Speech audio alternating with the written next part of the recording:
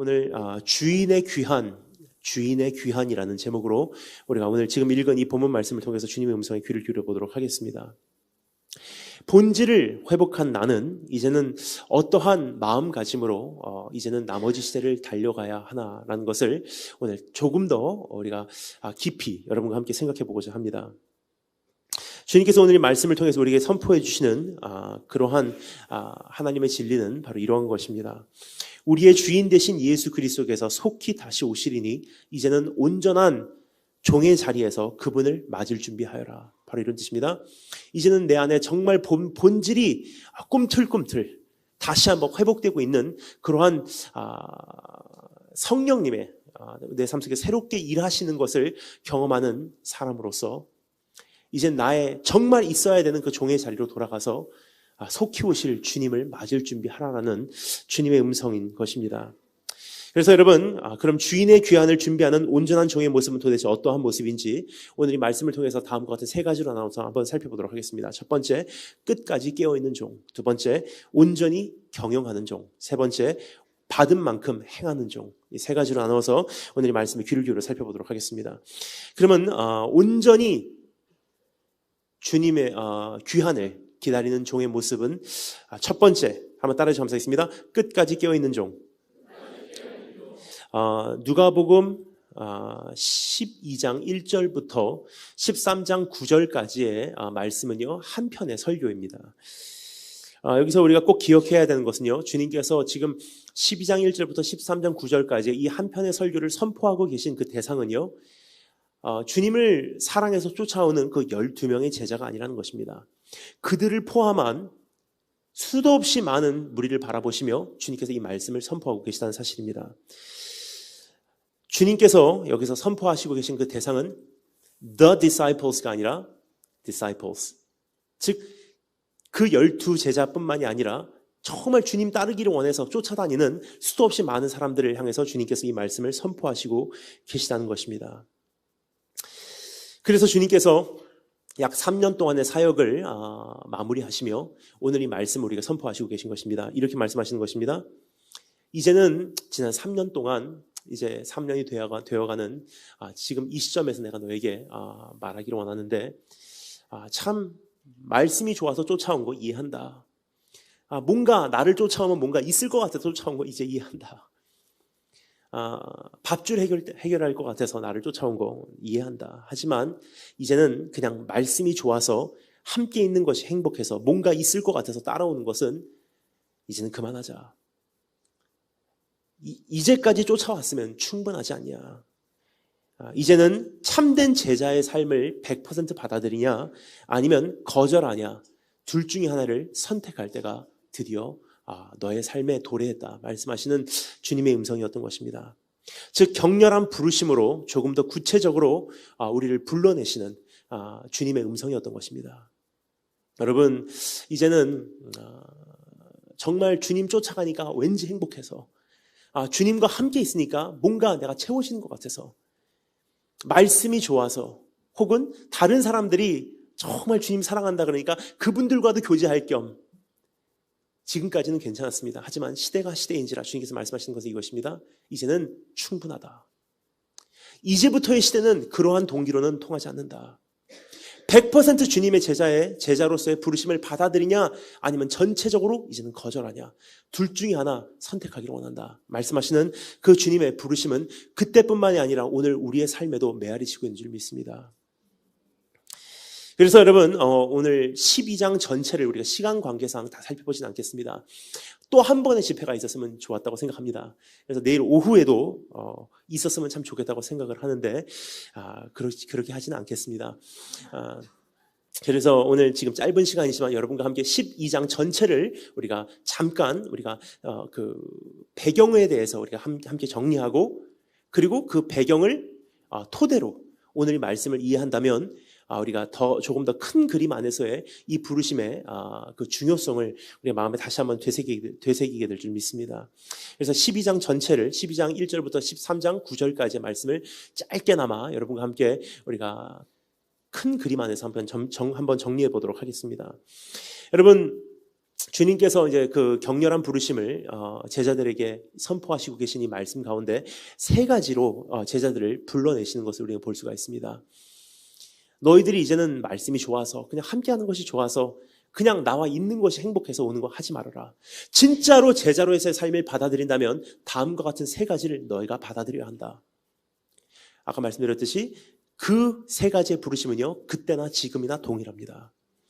그 세 가지 중에 첫 번째, 한번 따라해 주시면 감사하겠습니다. 첫 번째 부르심입니다. 따라해 주시면 감사하겠습니다. 출교하라. 이것은 12장 1절부터 3절까지의 말씀인데요. 다 읽지는 않겠습니다. 하지만 1절의 전반 부분만 제가 먼저 읽어드리도록 하겠습니다.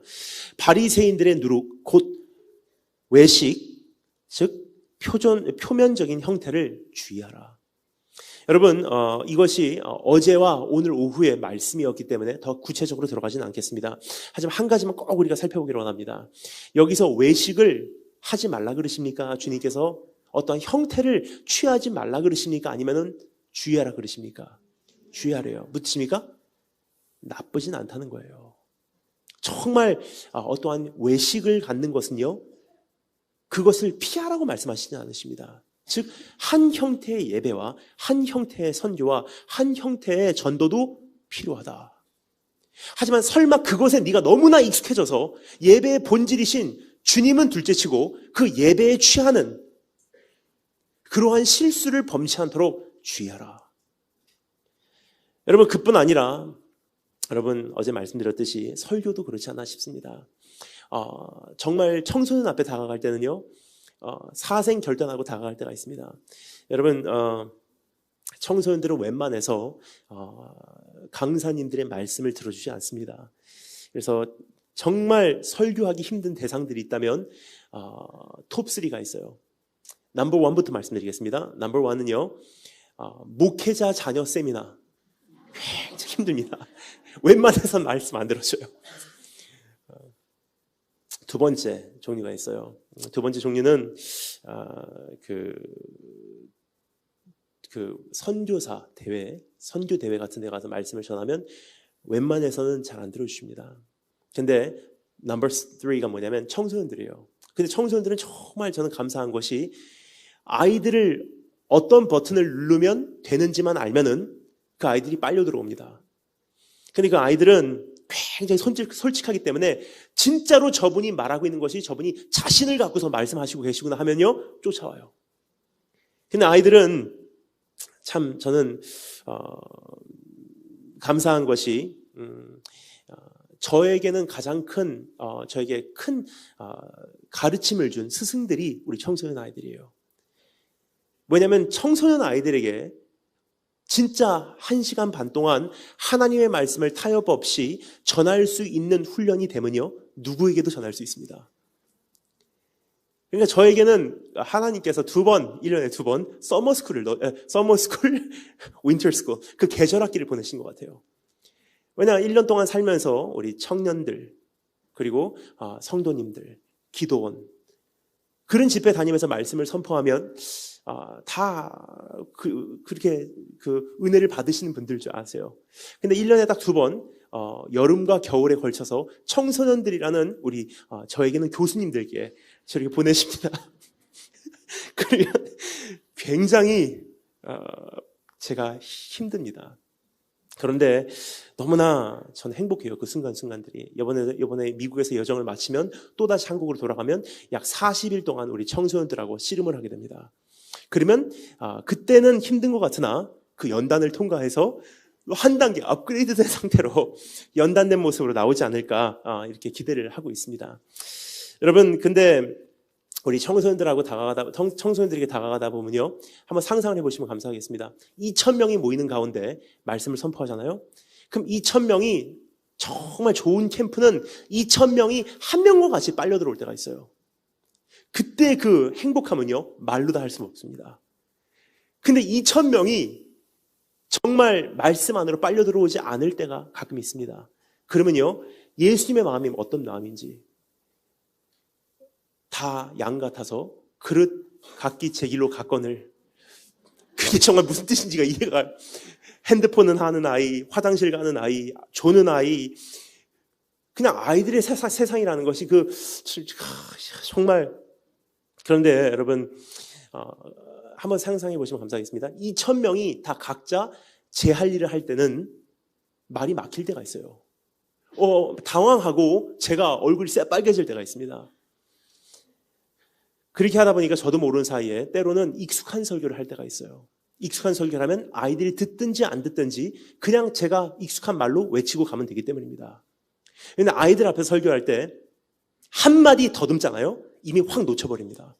그러니까 아이들 다가갈 때는 처음부터 따발총같이 확 잡고서 1시간 반을 돌파하지 않으면 아이들은 딴 생각하고 그때부터 관심을 주지 않습니다. 그래서 정말 하나님의 때로는 죄송한 게 있어요. 아이들한테 다가갈 때는 제 나름대로 굉장히 익숙한 말로 다가가려고 그래요. 그런데 하나님께서 어느 날 이런 마음을 주더라고요. 너 그것도 내려놓을 수 있겠니? 네가 말을 잘하는 게 중요한 게 아니야. 그래서 하나님께 이런 마음을 갖게 되었습니다. 하나님께서 언젠가 때와 장소에 의해서, 때 필요에 의해서 간증을 하라 그러실 수도 있을 것 같습니다. 하지만 하나님 어떻게 보면 청소년 아이들에게 다가갈 때 당연히 제가 해야 되는 간증을 했던 것 이제 그만하겠습니다. 왜냐하면 그 간증이 저에게는 노하우가 돼버렸어요.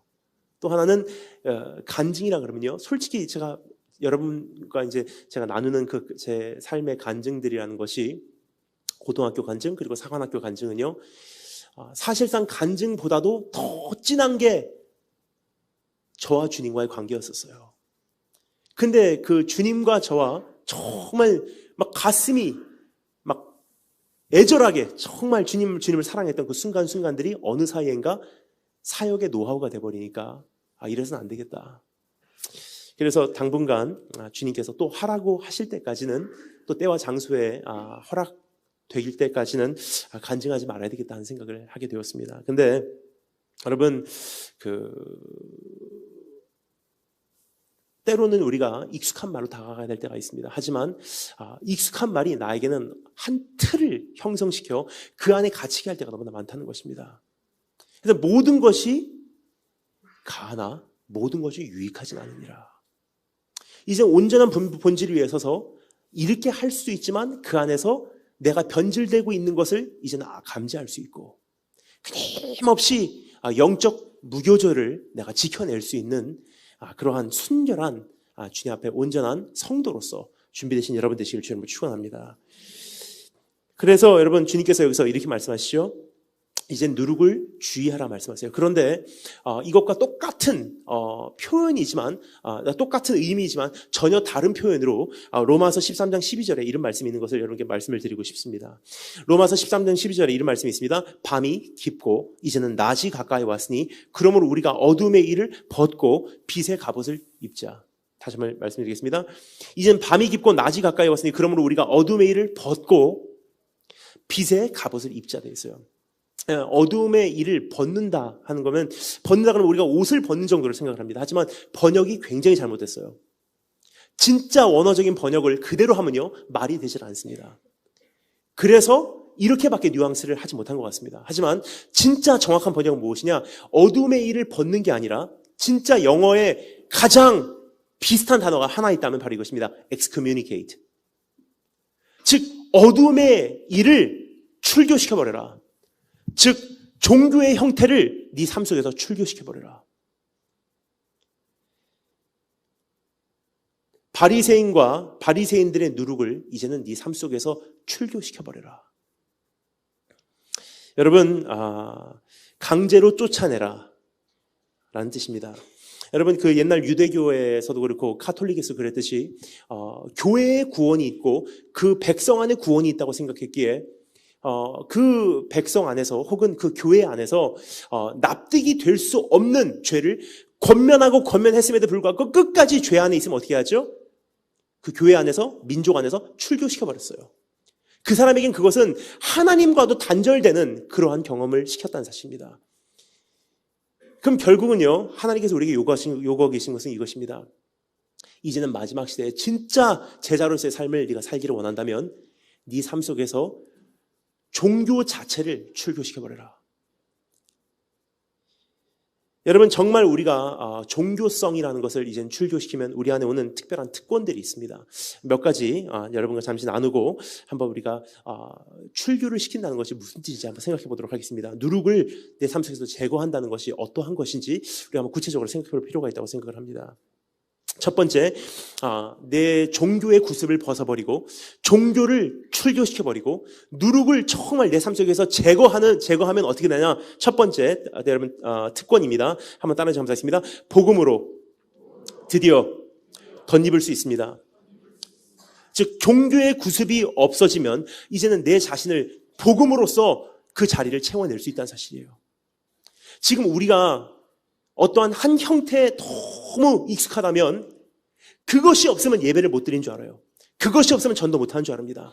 그것이 없으면 신앙생활 채워지지 않는다고 생각합니다. 하지만 주님께서 말씀하십니다. 한번 그거 출교시켜봐라. 그리고 모험해보자 이제. 그러면 처음엔 불안합니다. 하지만 새로운 테리토리를 주님과 함께 이제 성령님의 인도하심에 의해서 내가 발견해 나갈 줄 믿습니다.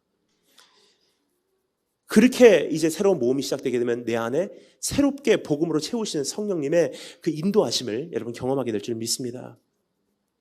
여러분 결국 복음으로 덧입는다는 것은요, 너무나 감사한 것은 그 마지막 시대에 나로 하여금 하나님 앞에서 통각해 하는, 합격해 하는 그런 역할을 하게 되지 않을까 싶습니다. 왜 그러냐면 이슬람만 봐도 그것이 느껴집니다. 왜냐하면 여러분 왜 하나님께서 마지막 시대에 이슬람을 허용하셨을까요?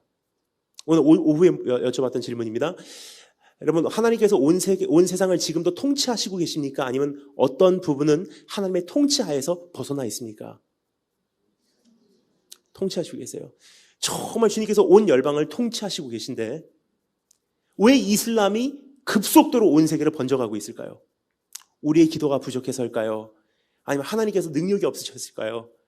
아니면 사탄이 하나님을 지금 그렇게 능가하는 능력으로 지금 온 세계를 이렇게 이끌어가기 때문일까요? 아무것도 아니죠. 하나님께서 허용하신 거예요.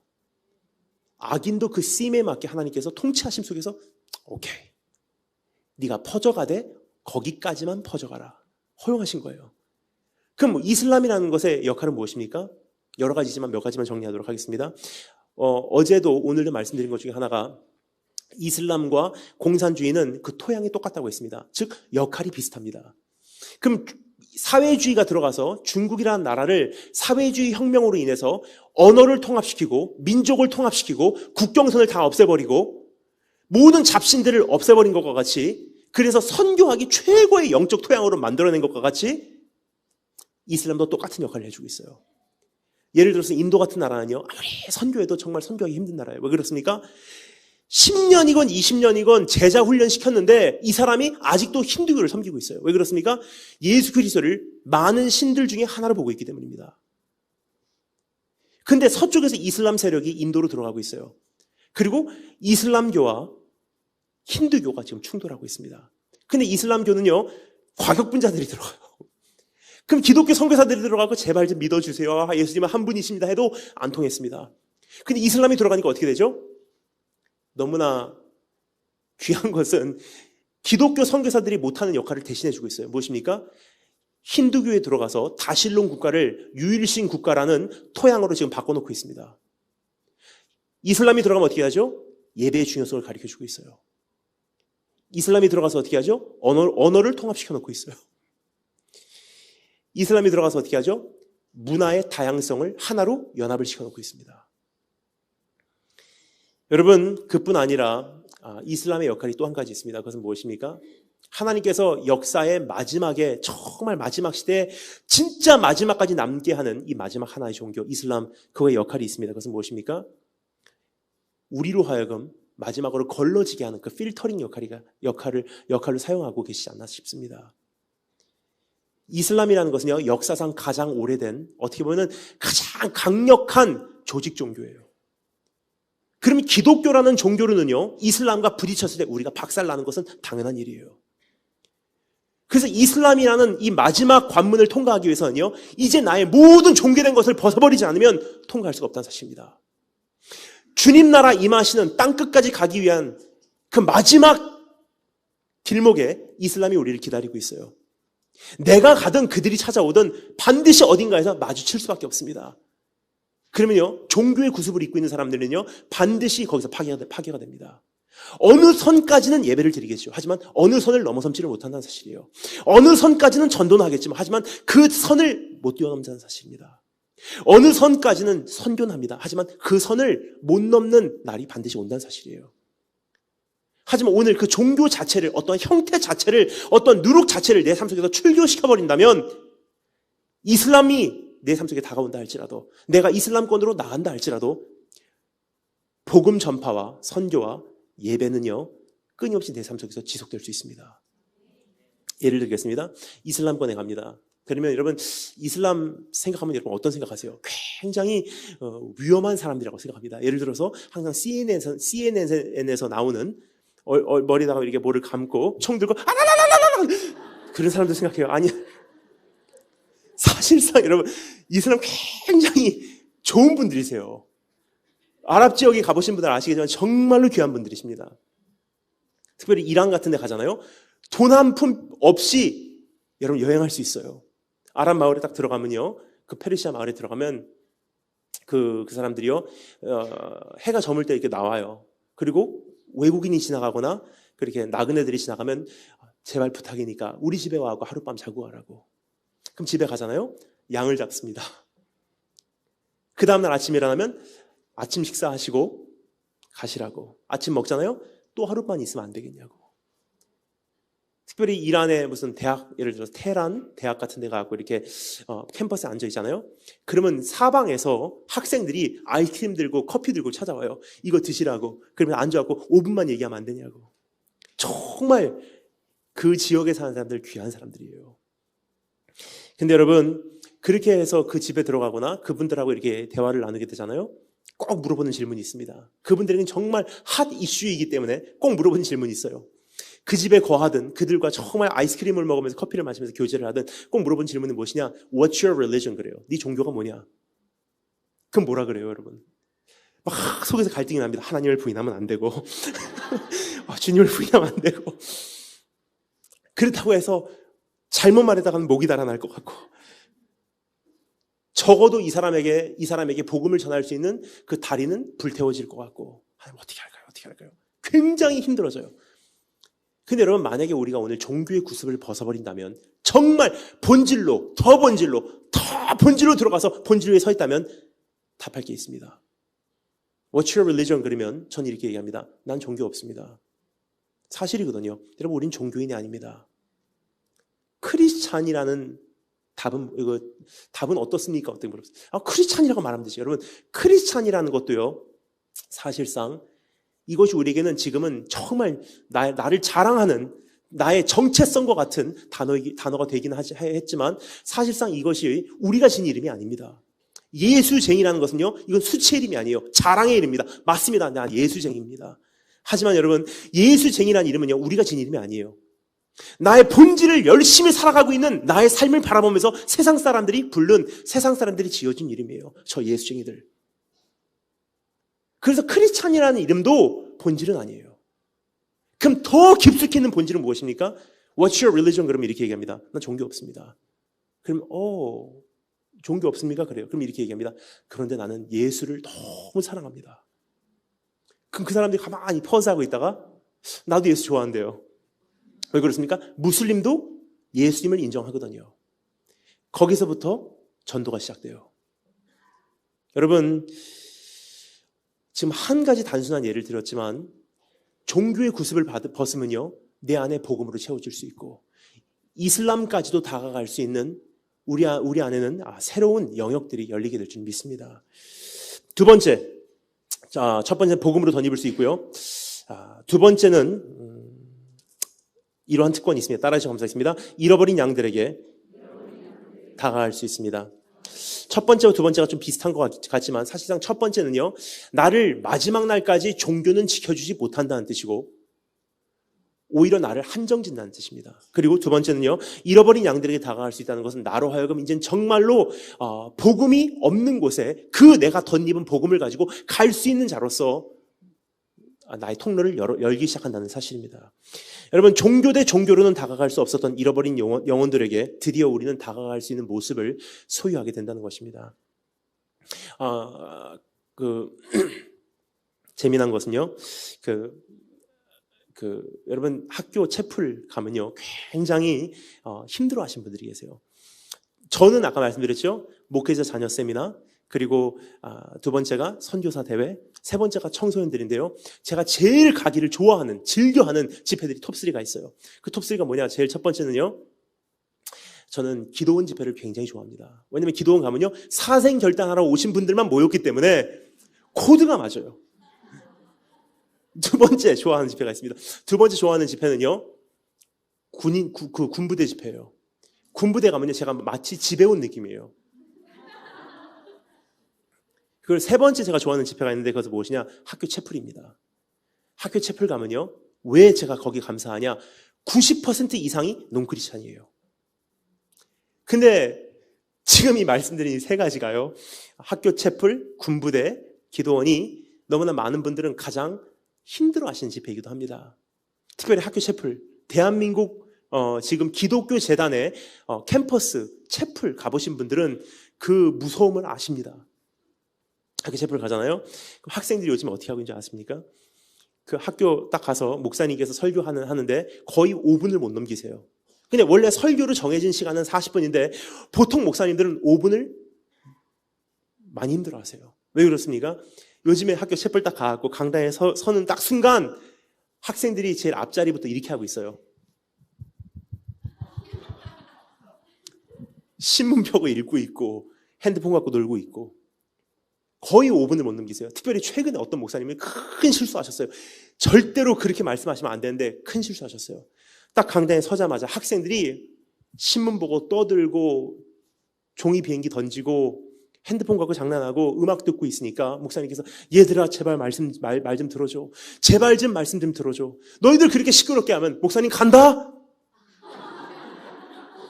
큰일 나요. 학생들이 핸드폰 하고 있다가 집에 가. 거의 5분을 못 넘기고 내려오셨어요. 여러분, 근데 저는요 채플을 너무 좋아합니다. 왜냐하면 학교 채플 가면 아찔해요. 막 스릴이 있습니다. 그 차가운 굉장히 무서운 그 관중이 확 빨려 들어와요. 딱 제가 강당에 서면요 학생들이 저를 굉장히 좋아합니다. 벌써 목사같이 안 생겼잖아요. 제가 딱 서면은요 아이들이 핸드폰 하다가도 들어봐요. 그 첫 마디가 무엇입니까? 나는 여기 종교 얘기하러 오지 않았습니다. 나는 기독교라는 종교를 여러분에게 강요하러 오지 않았습니다. 나는 단지 복음만을 여러분과 나누려 왔습니다. 그 복음은 무엇이냐? 성경에서 복음을 이렇게 소개합니다. 예수 그리스도의 얼굴에서 나타난 하나님의 영광의 광채라고 말하고 있습니다. 영광이라는 것은 무엇입니까? 아름다움입니다. 그리고 영광은 이미 빛으로 스스로를 뿜어내고 있기 때문에 저는 그것을 보일 필요가 없습니다. 여러분이 바라보시면 여러분이 판단하시고 여러분이 쫓아올 것입니다. 그래서 저는 이미 그 아름다움을 스스로 뿜어내고 있는 그 복음을 여러분에게 짧게 소개하고 가겠습니다. 소비자가 좋은 물건을 선택하듯이 여러분이 한번 생각해 보시고 정말 복음의 아름다움을 제 말씀을 통해서 느끼신다면 제가 강요하지 않아도 여러분 자신이 자진해서 선택하실 거라고 저는 생각합니다. 그래서 저는 복음의 특징만 말씀드리고 가겠습니다 하고 복음의 특징을 얘기해요. 처음에 그것을요 여러분 부산 외국어대학교에서 했는데 학교가 뒤집어졌습니다. 그 다음에 동서대학교라는 곳에 갔어요. 동서대학교 가니까 여러분 9,000명이에요. 9번 체프를 했습니다. 9번 체프를 하는데 다 끝나고 나고 9번째 체프를 끝나고 학교에서 설문지 조사를 한 다음에 저에게 급하게 긴급으로 문자로 보내셨어요. 목사님 큰일 났어요. 문자를 보니까 내용이 이렇습니다. 9,000명 중에서 1,700명이 그날 예수님 영접했어요. 여러분 이것은요 복음의 능력입니다. 마지막 시대는 복음으로 통과하는 것이지 기독교라는 종교로 통과하는 시대가 아닙니다. 종교의 구습을 입고 있으면 입고 있는 만큼 나도 얽매이고 한 형태의 예배를 벗어나서는 예배도 못 드리고 한 형태의 선교의 방침을 내가 이용하지 못하면 북한도 중국도 이슬람권도 나의 선교의 영역도 되지 않고 내가 나아갈 수 있는 사람, 그 대상들이 이미 한정이 돼버리고 여러분 그것이 나쁜 것은 아닙니다. 다시 말씀드리겠습니다. 나쁜 것은 아니에요. 하나님 안에는 다 선합니다. 근데 말씀드렸듯이 주님 안에는 다 있어요. 이제는 우리가 온전히 때와 장소와 대상에 맞춰서 그것을 자유롭게 본질 안에서 우리가 선택해 나가야 될 그러한 우리 안에는 능력과 임무가 소유되기를 주의 이름으로 축원합니다. 그 세 번째 특권입니다. 한번 따라서 감사했습니다. 가볍게 달려갈 수 있습니다. 첫 번째는 복음으로 덧입을 수 있습니다. 두 번째는 잃어버린 양들에게 다가갈 수 있습니다. 그리고 세 번째, 정말로 내가 종교 자체를 내 삶 속에서 출교시켜버린다면 우리는 가볍게 달려갈 수 있습니다. 왜 그렇습니까? 종교가 굉장히 무거워요. 예를 들겠습니다. 여러분, 주님께서 성찬식을 우리에게 허락해 주시며 이것을 먹고 마실 때마다 주님을 기념하래요. 그리고 언제까지죠? 주님 이 세상에 오시는 그날까지 그렇게 기념하래요. 무슨 뜻입니까? 정말 성찬식에 깊이 들어가다 보면은 여러분 어디까지 임한 줄 아세요? 주님 다시 오시는 것이 사모할 수밖에 없는 거기까지 이르게 됩니다. 그런데 여러분 만약에 365일 다니는 곳이 선교지라면 성찬식을 어떻게 하겠습니까? 이거 성찬식 안 하면 되죠. 여러분 성찬식도 정말 주님 안에서 본질 안에서 해야 됩니다. 마지막 시대가 되면 될수록 더 깊이 들어가기 위해서 정말 그것이 정말 내 안에 사모가 될 때가 있어요. 정말 떡을 떼고 주님을 기다리고 기억하고 기념하고 떡과 포도주를 마시며 정말 그 안에서 깨어있기를 원하는 그런 것이 사모가 될 때가 있습니다. 근데 선교지에서 있다 보면요 이것이 가능하지 않다는 사실이에요. 그럼 성찬식 기구들을 갖고 갈까요? 포도주를 갖고 갈까요? 떡을 찾을까요? 없습니다. 72시간 기차를 타고서 중국을 횡단하고 이슬람권으로 들어가는데 그럼 어떻게 하겠습니까? 근데 여러분 본질 안에 서 있다면 충분히 할 수 있어요. 어떻게 합니까? 위에는 북한 사람이에요. 김일성 배지 달고 있는 사람입니다. 밑에는 이슬람 선교사들이에요. 그러면 거기서 우리 팀들하고 두세 사람이 모인 곳에서 중국의 만토우, 중국의 하얀 떡, 그리고 중국의 주스 하나 사서 그 사람들 들어도 관계없습니다. 이미 본질 안에 서 있기 때문에 서로가 그것을 확인할 수 있어요. 떡고 그분의 몸입니다. 그러면 다 북한 사람, 이슬람 선교사 있는 곳에서 서로 나눌 수 있어요. 주스 나눠 마시고 72시간 기차를 타고 가면서 충분히 성찬식이 가능하다는 사실이에요. 정말로 우리 안에서 어떠한 것이 있어야지 신앙생활하고 어떠한 것이 있어야지 예배드리고 어떠한 것이 있어야지 우리가 우리가 주님 안에서 채워질 수 있다면 오늘이라는 현실이 바뀌는 순간 여러분 더 이상 우리는 신앙생활을 할 수 없습니다. 예를 들어서 어느 교회에 가게 되면요 참 근사한 예배를 드리고 있는 교회들이 참 많이 있어요. 하지만 한 가지 문제가 있습니다. 정전되면 예배 드릴 수 있을까 하는 생각을 해보게 돼요. 무슨 뜻입니까? 마지막 날 주님 오시는 그날까지 엄청난 환란 속으로 들어간다는 것을 알고는 있어도 현실적으로 그것이 어떠한 예배를 요구하는지는 생각해 본 적이 없다는 사실이에요. 여러분 이제는 디지털 문화에 너무 익숙한 것이 아니라 아날로그로 들어가신 연습을 하시는 것도 참 좋을 것 같습니다. 이제 그렇게 가볍게 달려가실 수 있는 한 분 한 분 되시길 주님으로 축원합니다. 첫 번째 요소입니다. 출교하라. 두 번 주님께 주시는 두 번째 부르심이 있습니다. 진짜로 제자로 네가 따라오기를 원한다면 그 격렬한 부르심을 받아들이기를 원한다면 첫 번째는 종교를 출교시켜라. 그리고 두 번째 따라서 감사했습니다. 두려워 말라. 12장 4절부터 34절까지 말씀입니다. 두려워 말라. 그리고 주님께서 두려움에 대해서 다음과 같은 세 가지로 우리에게 정리해 주고 계십니다. 첫 번째, 한번 따라서 감사하겠습니다. 사람을 두려워 말라. 4절부터 12절까지의 내용인데요. 제가 대표적으로 4절과 8절 말씀만 읽어드리도록 하겠습니다. 내가 내 친구 너희에게 말하노니 몸을 죽이고 그 후에는 능히 더 못하는 자들을 두려워하지 말라. 내가 또한 너희에게 말하노니 누구든지 사람 앞에서 나를 두렵기 때문에 그렇죠? 시인하면 인자도 하나님의 사자들 앞에서 저를 시인할 것이요. 무슨 뜻입니까? 사람을 두려워하지 말라는 것을 주님께서 제자의 부르심 안에 포함을 시켰어요. 진짜 제자라면 두려워하지 말라. 근데 첫 번째로 사람을 두려워하지 마. 여러분, 하나님께서 반드시 어떤 사람을 사용하실 때는요, 마지막 시대에 정말 우리를 정말 주님의 좋은 종으로서 우리를 사용하실 때는요, 반드시 이 과정을 넘게 하십니다. 사람과의 관계를 능가하는 사람들만이 이제 하나님 앞에서 온전한 종으로 설 수 있기 때문입니다. 여러분, 사실상 저에게도 이것이 참 때로는 두려울 때가 있어요. 처음에는 제가 미국에서 전도사 생활을 하다가 정리하고 하루아침에 갑자기 이건 아니다 생각을 해서 미국을 정리하고 중국을 향해 떠나게 되었습니다. 처음에 중국을 향해 떠나니까 그냥 단독 선교사예요. 혼자밖에 없었습니다. 그 후원 교회도 없고 어떠한 후원 단체도 없고 어떠한 그냥 한 사람의 선교사예요. 그래서 지난 7년 동안 정말 조심스럽게 하나님 바라보고 의지하며 달려왔습니다. 근데 사실상 7년 전에만 해도 주님 다시 오신다는 소문이 한국 땅에 많이 선포되고 있지 않았습니다. 근데 선교지를 나가보니까 정말 주님 오시는 것이 피부로 느껴져요. 그래서 한국에 돌아와서 말씀을 외칠 때마다 주님 다시 오신다는 사실을 외치지 않으면 제가 가슴이 터질 것 같더라고요. 그래서 강단에 설 때마다 주님 다시 오신다는 사실을 선포하기 시작합니다.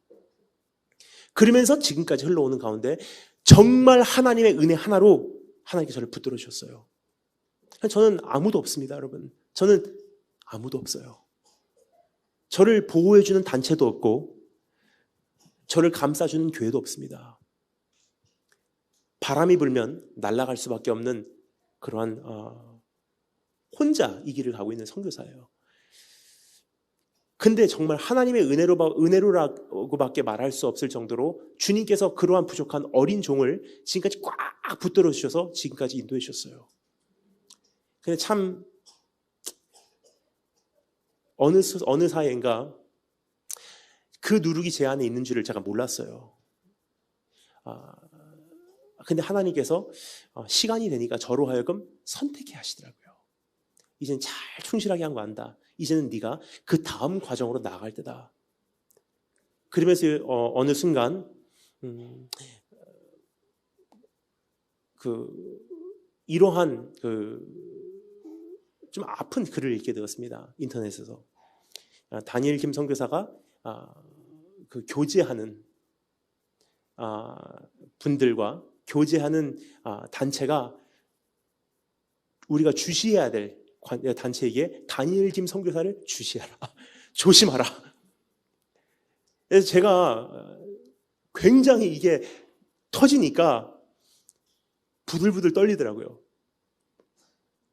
그런데 다시 한번 하나님 앞에서 가만히 생각해보니까 이런 생각했습니다. 처음부터 빈손으로 시작한 선교고 하다가 안 받아주면 저는 어차피 선교지로 돌아가서 한 사람의 단독 선교사로 끝나도 된다고 생각했던 그 사역이었었어요. 저도 모르는 사이에 누룩이라는 것이 이렇게 생기고 나니까 정말 행복한 오늘의 사역의 삶을 벗어나기 싫어하는 저의 부족함을 보게 되었습니다. 여러분, 저는요 일찍 집을 떠났습니다. 그렇죠? 18살 때, 19살 때 일찍 집을 떠나서 미국에 와서 혼자서 이제 살면서 사관학교, 신학대학원 거기서 이러한 과정을 마치면서 제가 한 가지 소원이 있었다면 언젠가 부모님 모시고 살 수 있으면 얼마나 좋을까. 그때만 해도 여러분 저는 1년에 정말 며칠도 되지 않는 시간밖에 저에게는 허락이 되지 않았어요. 일본에 가고 부모님 뵙고 돌아오는 게. 그래서 정말 이런 생각까지 하게 되었습니다. 1년에 한 달씩만 제가 돌아가서 부모님을 뵈도 12년이 지나야 보통 사람들이 부모님하고 1년 동안 사는 그러한 양이 될 텐데 한 달도 제대로 못 돌아가니 그래서 제 마음에는 정말 부모님과 함께 살고 싶은 마음이 있었고요. 또 하나는 정말 대한민국 강단에서 마음껏 말씀을 선포할 수 있는 그러한 소망이 있었어요. 근데 어느 사이인가 하나님께서 다 축복해 주셨어요. 다 허락해 주셨습니다. 지금 저는요 굉장히 행복합니다. 왜냐하면 가진 건 없습니다. 하지만 한 가지는요, 제가 하나님의 말씀을 선포할 수 있는 게 감사하고요. 또 하나는요, 저희 어머니께서 저와 같이 함께 이 사역을 해주시는 게 감사해요. 그래서 저희 어머니께서 거의 매니저 같이 제 모든 일정을 담당해주고 계십니다. 그래서 저희 아버지께서도 동역하세요. 어떻게 아시냐? 지금 연세가 많으신 아버지시지만 아버지께서 이렇게 말씀하세요. 아버지 노후에 할 수 있는 것이 한 가지래요. 네가 좀 덜 피곤하게 집회 갈 때 아빠가 운전해주게. 제가 아버지께 말씀드려요. 아버지, 사람들이 보면 욕합니다. 연세 드신 아버지 운전하시고 어머니는 앞에서 스케줄 관리하시고 아들은 뒤에 타고 가면 욕합니다. 이거 그림이 안 좋아요. 보통 거꾸로 아닙니까, 아버지? 보통 아들이 운전하고 아버지가 뒤에 타시고. 그런데 참 저희 아버지 귀하십니다. 왜냐하면 저희 아버지가 이제 어머니는 저의 스케줄 관리 때문에 거의 풀타임이세요. 그럼 아버지는 어떻게 하시냐? 요리하시고 아침 식사 만드시고 그리고 집회 나갈 때는 아버지께서 자동차 운전해 주시고. 그래서 저하고 아버지하고 어머니가 하나가 돼서 한 팀이 되어서 같이 사역할 수 있는 것이 저에게는 굉장히 큰 행복이에요. 그런데 갑자기 그러한 이제 글을 읽고 나니까 제 안에 그 불안감이 드는데, 제일 큰 불안감이 뭐냐면요, 지금 내가 가지고 있는 정말 행복한 환경이 위협을 당한 느낌을 들었습니다. 더 이상 이렇게 못하면 어떻게 하지? 더 이상 강단에 못 서게 되면 어떻게 하지? 더 이상 아버지하고 어머니하고 나하고 이렇게 우리 아버지 노후에 얼마나 남았는지 모르지만 이 행복한 시절이 끝나면 어떻게 하지? 근데 그 순간 깨닫게 됐으면 누룩이에요. 정말 순수하게 하나님 한 분 바라보고 사람들이 듣든지 안 듣든지, 사람들이 좋아하든지 싫어하든지 외쳤던 그 말씀이 저도 모르는 사이에 너무나 행복한 삶을 하나님께 축복으로 주시니까 저도 모르는 사이에 그것이 행복하기에 그것을 지키고 싶은 제 마음에 그런 욕심이 생긴 것을 제가 발견하게 되었습니다. 그래서 다시 한번 하나님 앞에 회개하고 다시 강단에 서서 이렇게 선포를 했어요. 저는요, 소속된 교단도 없고 소속된 선교 단체도 없고 오늘도 홀로 달려가는 선교사입니다. 하지만 분명한 것은 그래서 하나님께서 저를 대한민국 국방부에서부터 시작해서 가장 깊은 선교지까지 보내신다고 생각을 해요. 저에게는 지금 막힌 교단과 교파나 어떠한 강단이 없습니다. 그렇기 때문에 가장 높은 곳에 가장 깊은 곳까지 지금 계속 복음을 전하고 가는데, 그곳이 설령 정말 사람들이 바라보기에 이단 시비가 걸리거나 신천지라고 해도 그 사람들이 저를 부르면 복음이 필요한 곳이라면 전 가겠습니다. 이번에 그렇게 하나님께서 선포를 하게 하시는 것 같아요. 여러분, 사실상 잃어버린 양이 있는 곳은요, 스스로 자부하는 건강한 신학을 갖고 있다 하는 것이 아니라 정말 하나님의 복음이 필요하다는 것은요, 이슬람권 신천지예요. 그 사람들이 저를 부른다면요, 복음의 전파를 위해서라면 저는 갑니다. 그래서 오늘 다시 한번 선택합니다. 내가 사람들에게 좋게 하랴, 하나님께 좋게 하랴. 내가 사람을 기쁘게 하는 것이었으면 내가 하나님의 종이 아니더니. 하나님께서 반드시 끊임없이 내 삶 속에 사람을 두려워하게 되는 그 누룩이 있다면 그것을 제거하실 것입니다. 사람을 능가하시는, 그래서 이제 하나님의 종으로 온전히 또 합격되신 여러분 되실 줄을 축원합니다. 두 번째 과정이 있습니다. 따라서 검사했습니다. 가난을 두려워 말라. 13절부터 34절까지의 내용입니다. 근데 대표적으로 시간 관계상 15절 그리고 29절만 읽겠습니다. 사람의 생명이 그 소유에 넉넉한 데 있지 아니하니라. 너희는 무엇을 먹을까 무엇을 마실까 하여 구하지 말며 근심하지도 말라. 여러분, 결국은 사람을 두려워하지 않는 훈련, 그 다음에 두 번째 하나님께서 꼭 훈련시키는 훈련이 있으십니다. 그래서 무엇이냐? 가난을 두려워하지 마. 사실상 사람을 두려워하지 않고 가난을 두려워하지 않으면요, 이 세상 두려운 게 없습니다. 이 두 가지 훈련을 주님께서 반드시 시킨다는 사실이에요. 근데 여러분, 본질 안에 있으면 이것을 능가할 수 있어요. 왜 그렇습니까? 주셔도 감사, 거두하셔도 감사하거든요. 그리고 세 번째, 두려움에 대해서 주님께서 말씀하십니다. 따라서 감사했습니다. 하나님을 신뢰하라.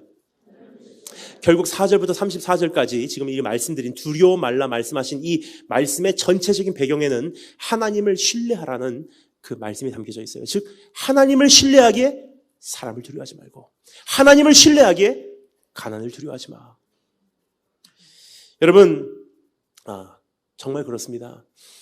시편, 그 성경 전체가 창세기 1장부터 요한계시록 22장까지 총 몇 장일까요? 1189장이에요. 근데 여러분, 성경의 가장 가운데가 어떻게 되죠? 정 가운데 전과 후로 나누면요, 1189장을 한 장 빼고 양쪽으로 나누면요, 몇 장이 되죠? 거의 500? 제가 수학이 좀 약합니다. 도와주시면 감사하겠습니다. 하여튼 그렇게 되죠? 전과 후로 나눠지고 딱 중간에 한 장이 남습니다. 1189장이기 때문에 홀수잖아요. 그렇죠? 그런데 그 가운데 있는 장이 어디냐? 시편 118편이에요. 시편 117편, 시편 117편은 뭐냐? 시편 117편은 성경에서 가장 짧은 장이에요. 시편 119편은 성경에서 가장 긴 장입니다. 근데 가장 짧은 것과 가장 긴 것에 딱 중간에 낀 것이 시편 118편이에요. 그러면 성경 전체 1189페이지에 가장 가운데 있는 118편 8절 말씀이 뭔지 아십니까? 사람에게 숨는 것보다 여호와에 숨는 것이 옳으니라.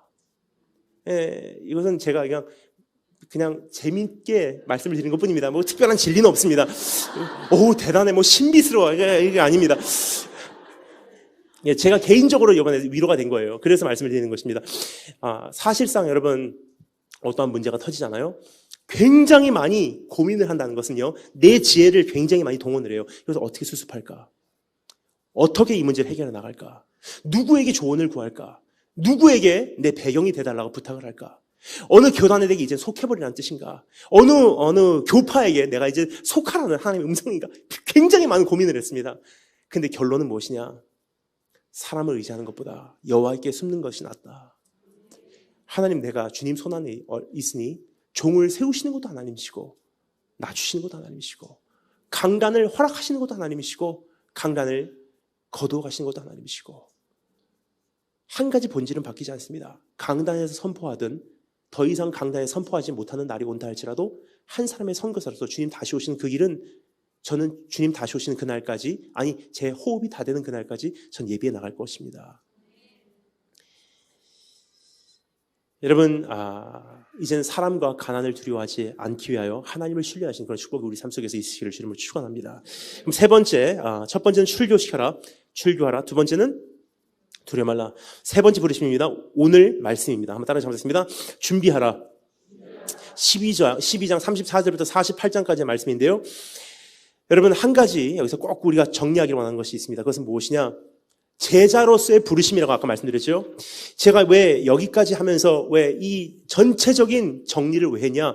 사실상 제가 정말 전하고 싶었던 말씀은요, 12장 1절부터 13장 9절까지의 전체적인 말씀이었어요. 하지만 시간 관계상 이 전체적인 말씀을 전하고 좀 줌인해서 이 세 번째인 준비하라는 말씀에게 우리가 한번 집중적으로 귀를 기울여보기를 원했기 때문입니다.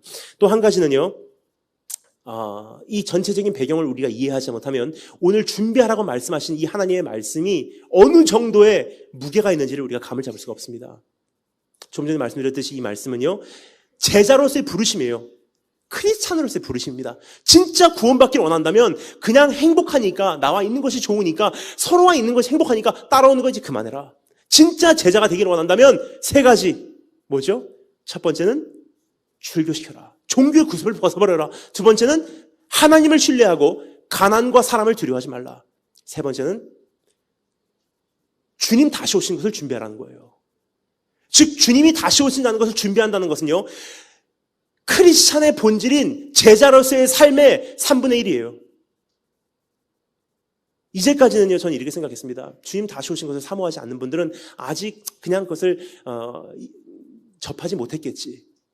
크리스찬이면서 불구하고 주님 다시 오신다는 것을 정말 준비하는 마음으로 살지 못하는 분들은 좀 신앙의 색깔이 다를 수도 있겠구나라고 생각하시는 분들이 없지 않아 있습니다. 하지만 오늘 이 말씀의 근거함은요, 바로 이런 뜻입니다. 주님 다시 오시는 것을 사모하지 않는 크리스찬은요, 제자 자체가 아닙니다. 여러분, 신학교 전 트리니티 신학대학원 나왔습니다. 트리니티 신학대학원 보통 신대원은 몇 년인지 모르겠습니다. 3년이라고 알고 있습니다. 하지만 트리니티는요 거의 4년제예요. 거의 4년 4-year track으로 신학대학원을 통과합니다. 근데 트리니티 4년 동안 가르쳐주는 것이 거의 한 가지예요.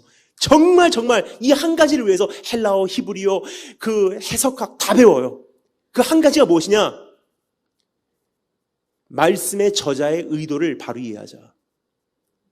그게 신학의 기반입니다. 왜냐? 내 마음대로 이해해서는 안 되거든요. 근데 여러분, 구약은 일단 둘째 쳐놓고 마태복음 1장부터 요한계시록 22장까지의 그 저자의 의도가 뭔지 아십니까? 주님 곧 오신다는 것을 전제로 쓴 얘기예요. 신약 전체가.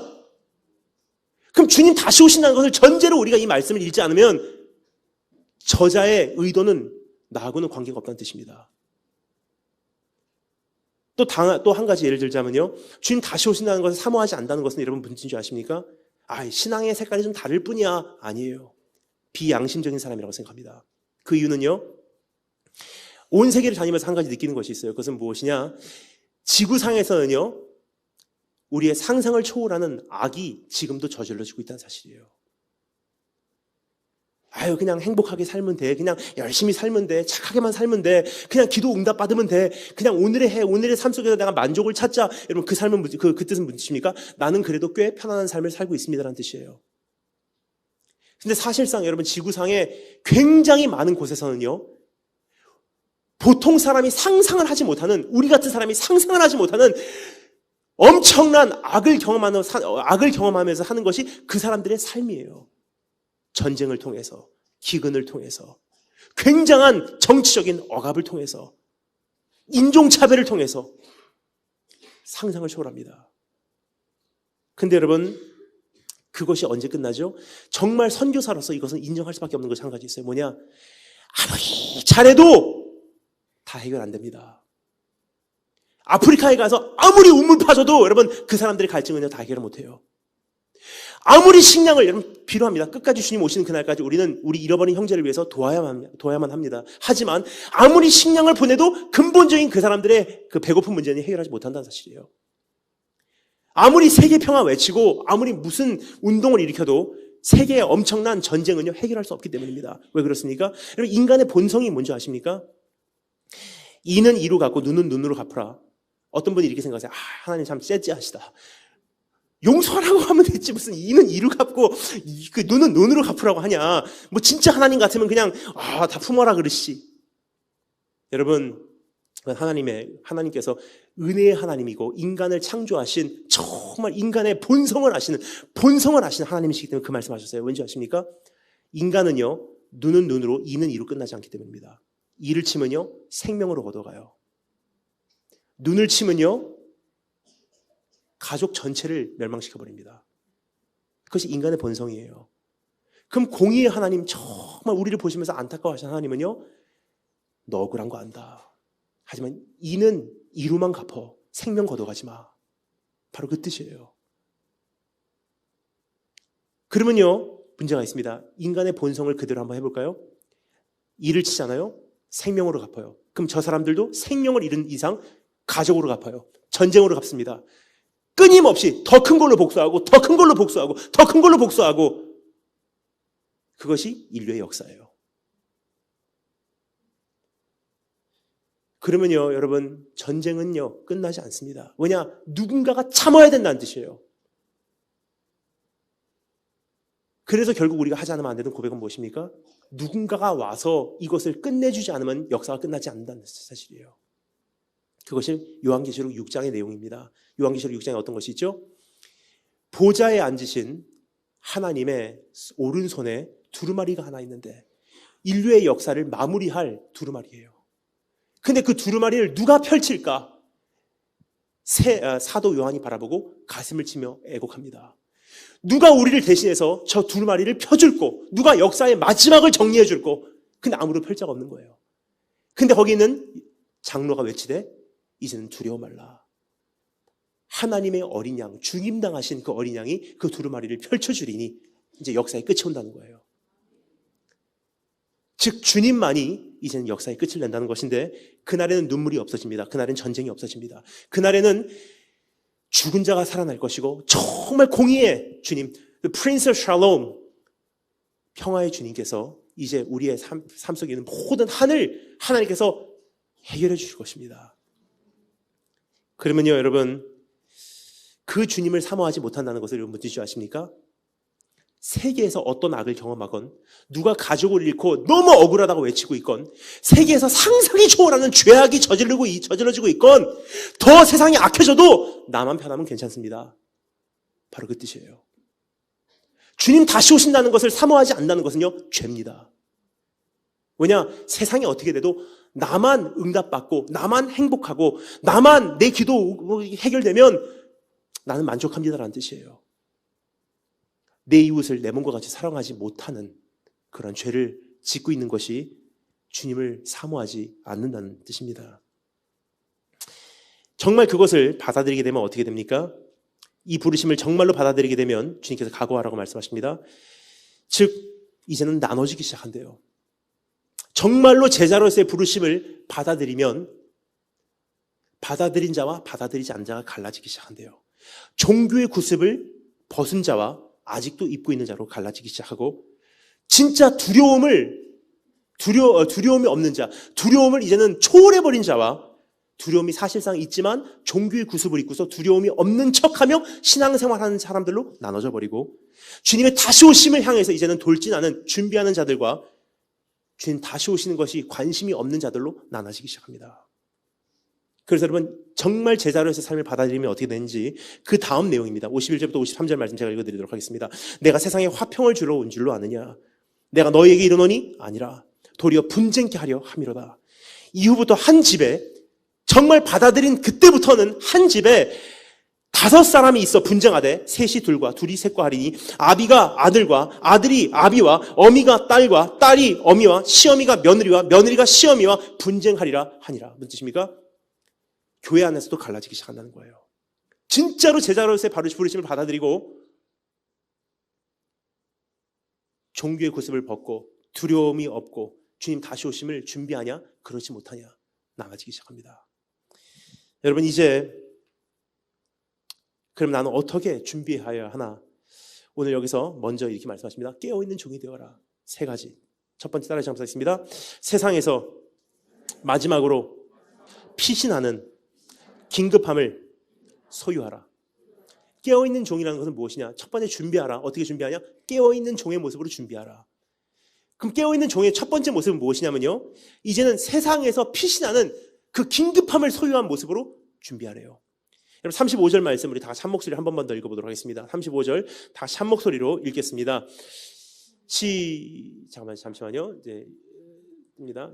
정전이 되면은 이제는 예배도 못 드립니다. 자, 35절 다시 한 목소리 읽겠습니다. 시작.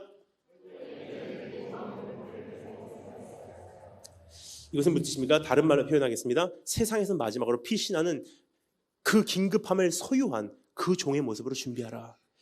여러분, 이것은 허리에 띠를 띠고 등불을 켜고 서 있으라는 것은요, 처음 나온 말씀이 아니에요. 예수님께서 이것을 이미 성경 어딘가에 하신 말씀을 근거로 우리에게 선포하신 말씀이십니다. 똑같은 말씀이 있습니다. 어디죠? 출애굽기 12장 11절 말씀이에요. 어떤 말씀이었습니까? 이제는 6월절 바로 그날 밤에, 6월절 밤에 이제 하나님께서 이스라엘 민족에게 이렇게 말씀하십니다. 내일이면 너희가 출애굽을 할 거야. 내일이면 너희가 이제 엄청난 탈출을 할 거야. 역사적인 탈출이 될 것이다. 민족적인 탈출이 될 것이다. 이제 너의 모든 정체성이 한 번에 바뀌는 그러한 탈출이 시도될 것이다. 자, 그런데 그 탈출이 있기 전에 이제는 너희가 긴급함을 소유해라. 그러면서 뭐라고 말씀하십니까? 출애굽기 12장 11절 말씀입니다. 너희는 그것을 어떻게 해요? 무교병을 이렇게 먹을지니 허리에 띠를 띠고 발에 신을 신고 손에 지팡이를 짚고 급히 먹어라. 이것이 여호와의 유월절이니라. 무슨 뜻입니까? 내일이면 탈출할 거야. 급속도로 먹어. 급하게 먹어. 이제 하나님의 구원하심이 이제부터 급속도로 진행될 것이다. 마지막 시대를 준비하는 우리에게 주님께서 말씀하시는 것은 무엇입니까? 긴급하게 먹어라. 긴급하게 준비하라. 바로 이렇기 때문입니다. 여러분, 주님 오시는 그날까지는요, 이제 모든 것이 굉장히 급속도로 진행된다는 뜻이에요. 왕래가 빨라진다는 건 무슨 뜻입니까? 급속도로 진행된다는 뜻이에요.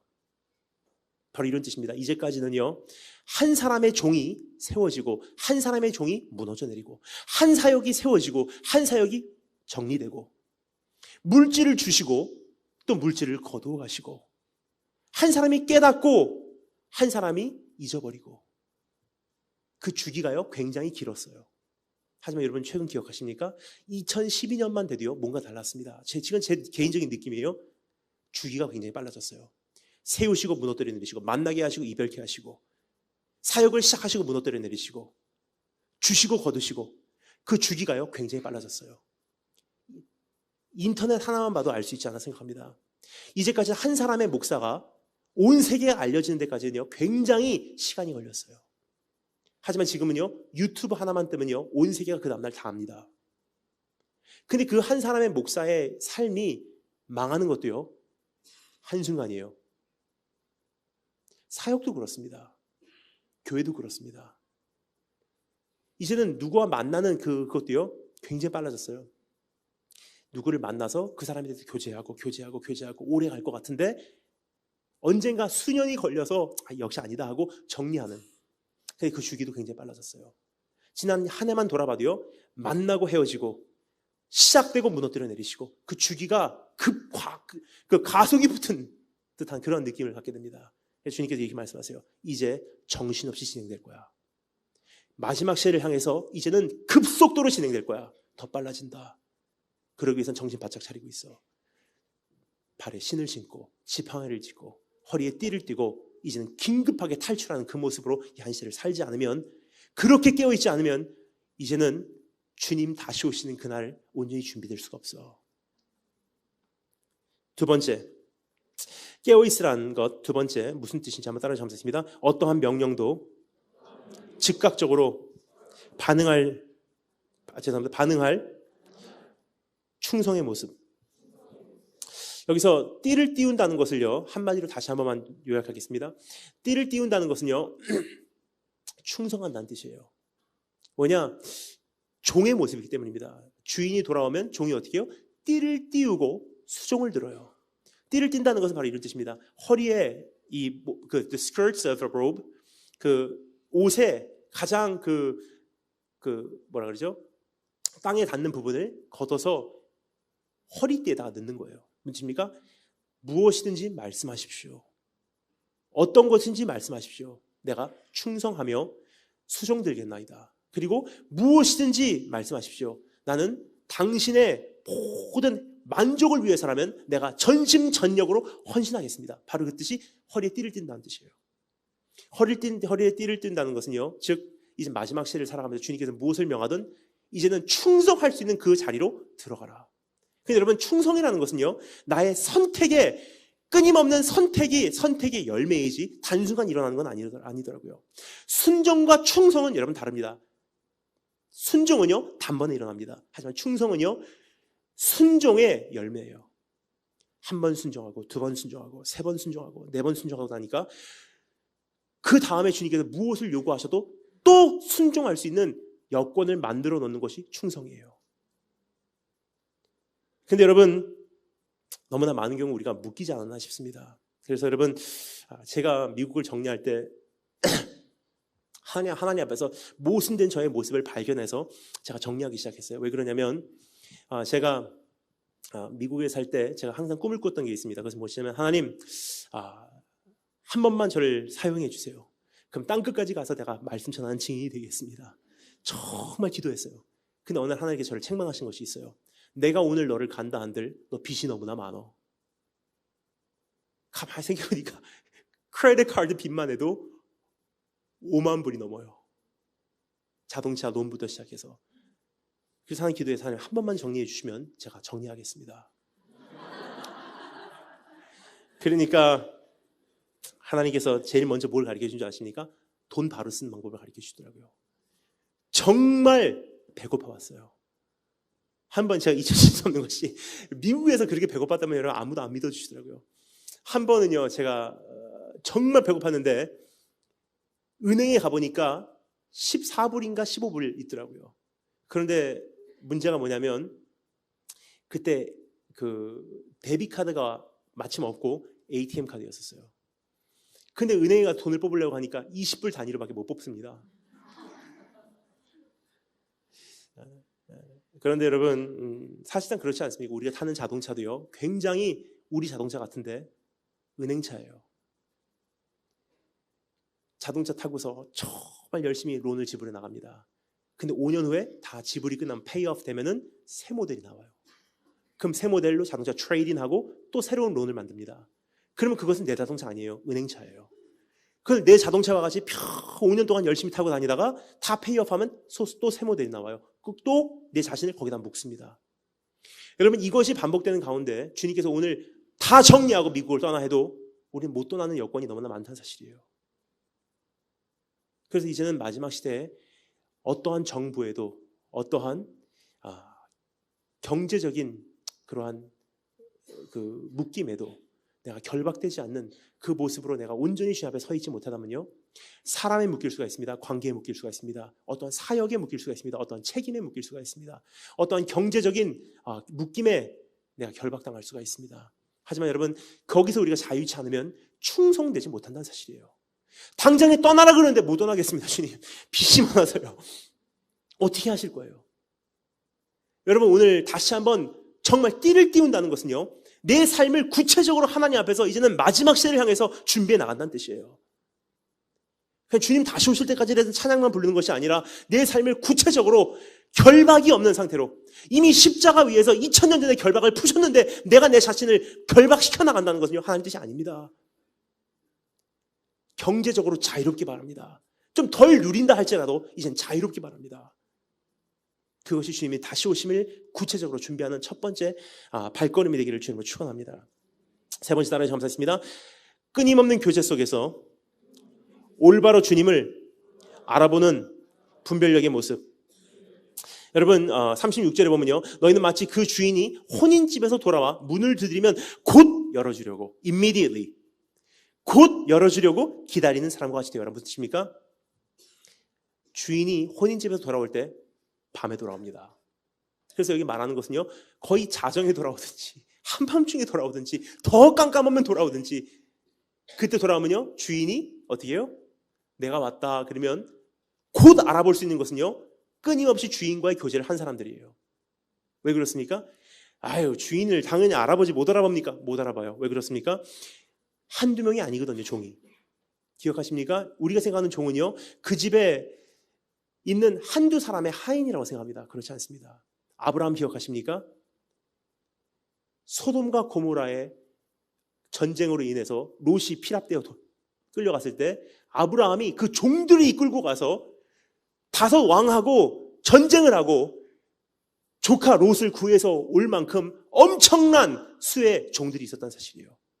그럼 어떤 종들은요, 아브라함 바로 옆에 있었어요. 하지만 어떤 종들은요, 아브라함하고 얼굴을 맞댄 적도 없는 종들도 분명히 있다는 사실입니다. 그럼 어떤 종들은요, 아브라함의 목소리를 몰라요. 그럼 그 주인이 돌아와서 이제 내가 왔다 하는데, 한밤중에 깜깜한 가운데 내가 왔다 했는데 주인의 목소리를 못 알아듣는다면, 여러분, 이것은 비극입니다. 그럼 진짜 마지막 시대에 깨어있는 종은 무엇입니까? 주인과 교제하고 끊임없는 교제 속에서 주님께서 말씀하시면 내가 그 목소리를 알아들을 수 있는 정도의, 그 정도의 분별력이 내 안에 이미 형성되어 있지 않으면 주님 오시는 그날 끊임없이 미혹될 수밖에 없다는 뜻입니다. 여러분, 주님께서 이미 말씀하셨습니다. 양은 목자의 목소리를 알아듣느니라. 여러분, 이제는 수도 없이 많은 사람들이 여기 그리스도가 있다, 저기 그리스도가 있다 하는 그러한 시대 가운데서도 주인의 목소리를 바로 알아보시는 그러한 분별력이 내 안에서 형성되기를 주님으로 축원합니다.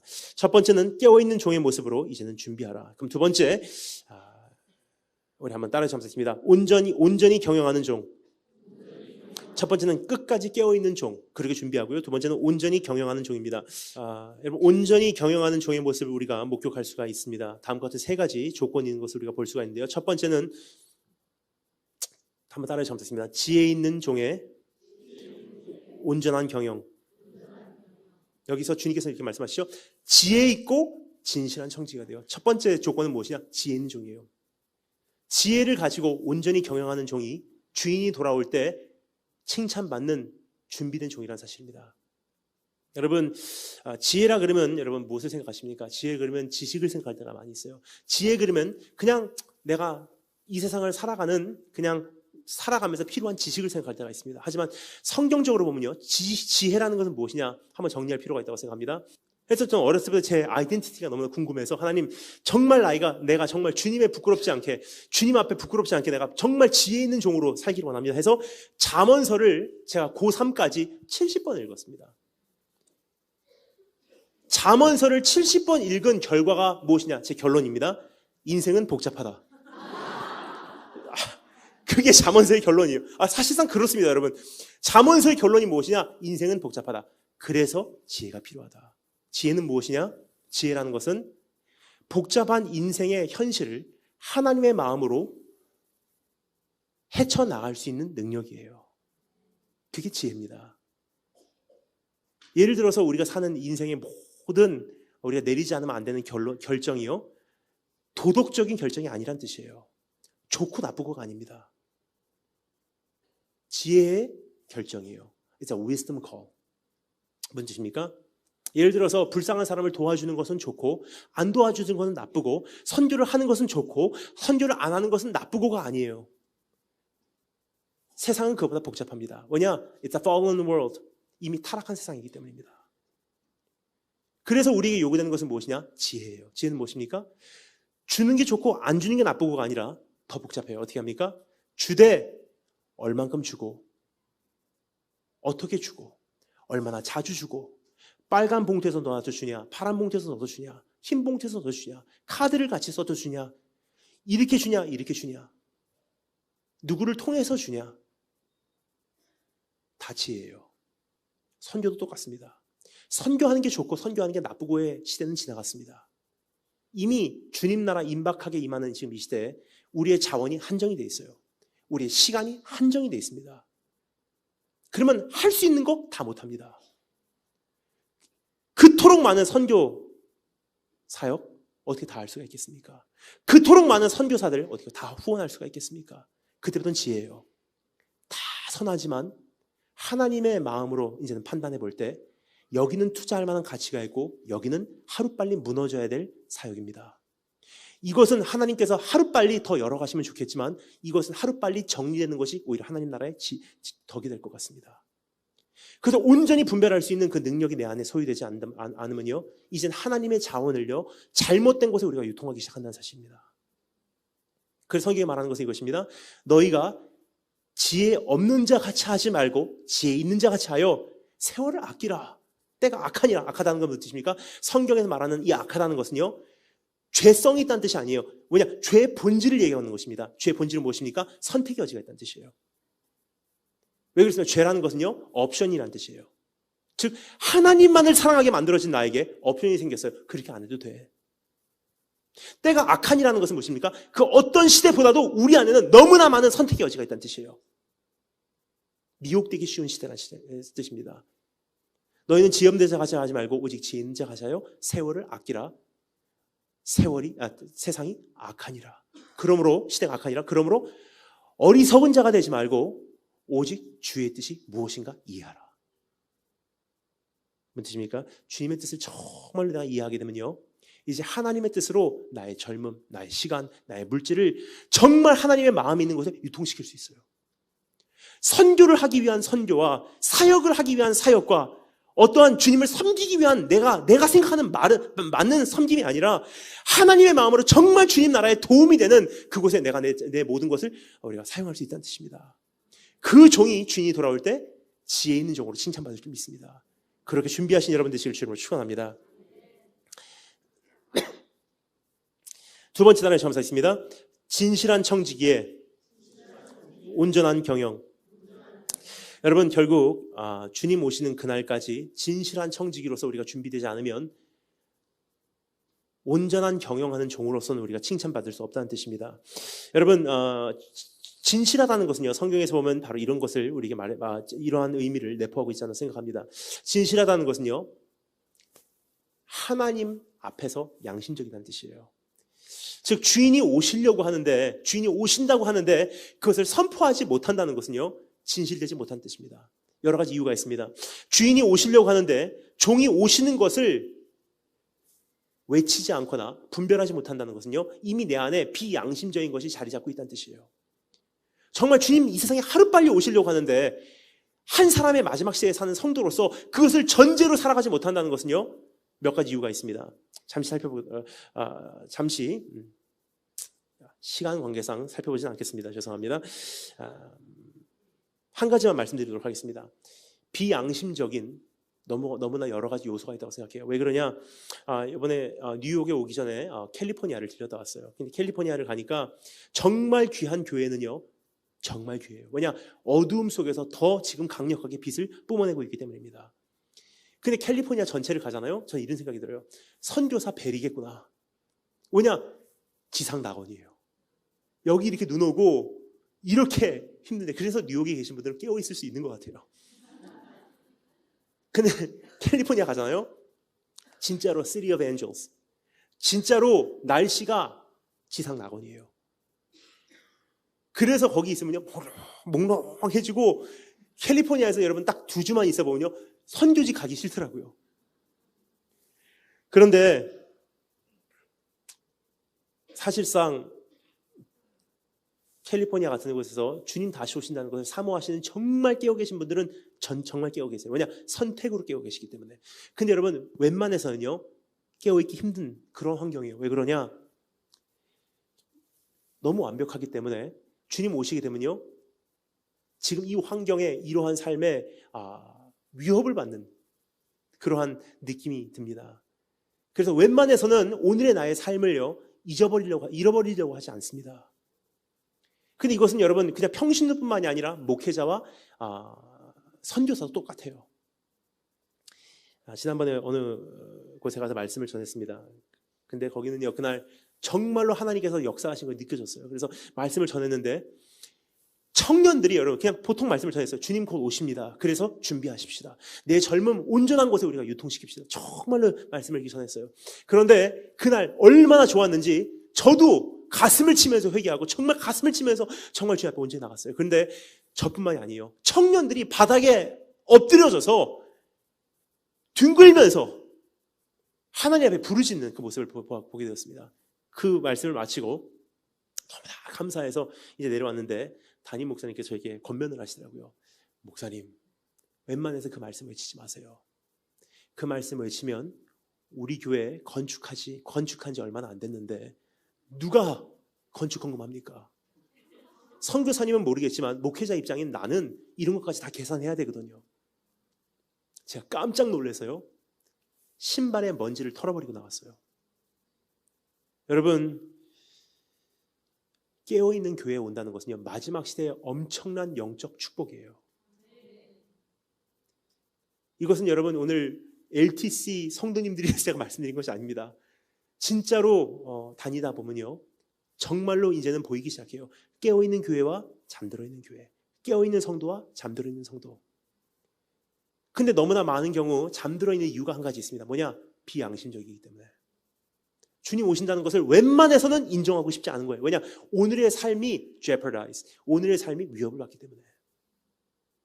여러분, 이제는 정직한 청지기로서 주님의 임하시는 그 현실을 있는 그대로 한번 받아들이시고 그것을 전제로 준비해 나가신 여러분들 지금 축원합니다.